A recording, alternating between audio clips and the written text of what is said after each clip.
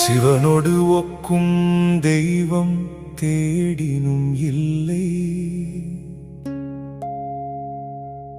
அவனோடு ஒப்பார் இங்கு யாவரும் இல்லை.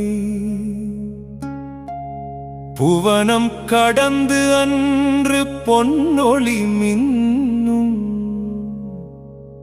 தவனச்சடை முடித்தாமரையானே.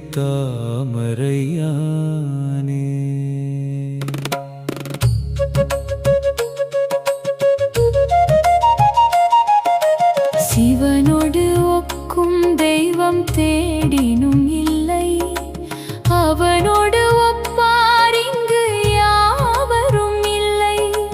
புவனம் கடந்து அன்று பொன்னொளி மின்னும் தவனச்சடை முடித்தாமரையானே.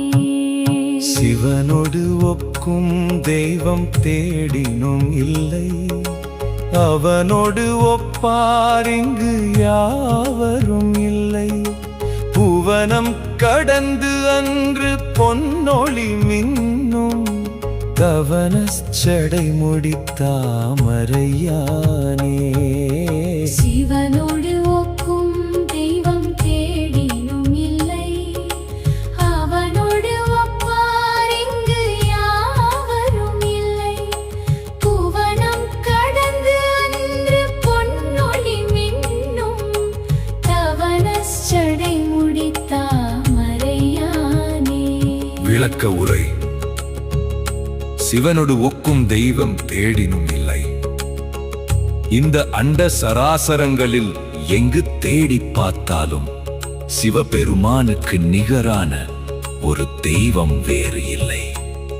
காரணலம் இறைவன் ஒன்றானவன், அவனுக்கு மாற்று எவருமே இல்லை.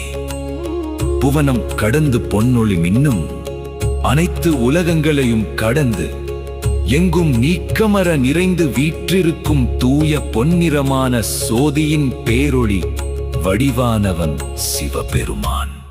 தவனச்சடைமுடி தாமரையானே, கங்கை உட்பட அண்டங்கள் அனைத்தையும் தன் தலையாலேயே தாங்கி நிற்கும் விரிந்த சடைமுடியை கொண்டவன்.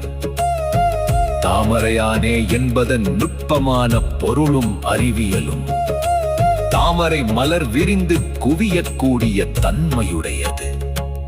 மொட்டாக இருக்கும் போது அதன் வடிவம் மனித இதயத்தை ஒத்திருக்கும். தாமரை எவ்வாறு தண்ணீரில் இருக்கிறதோ அதே போல மனித இதயமும் பெரிகார்டியல் திரவம் என்ற ஒரு நீர்மக் கூட்டுக்குள் பாதுகாப்பாக மிதந்து துடிக்கிறது. சகஸ்ரார தாமரை நமது உடலின் உச்சந்தலையில் இருந்து சுமார் 4 அங்குல உயரத்தில் அமைந்திருக்கும் சக்கரமே சகஸ்ராரமாகும்.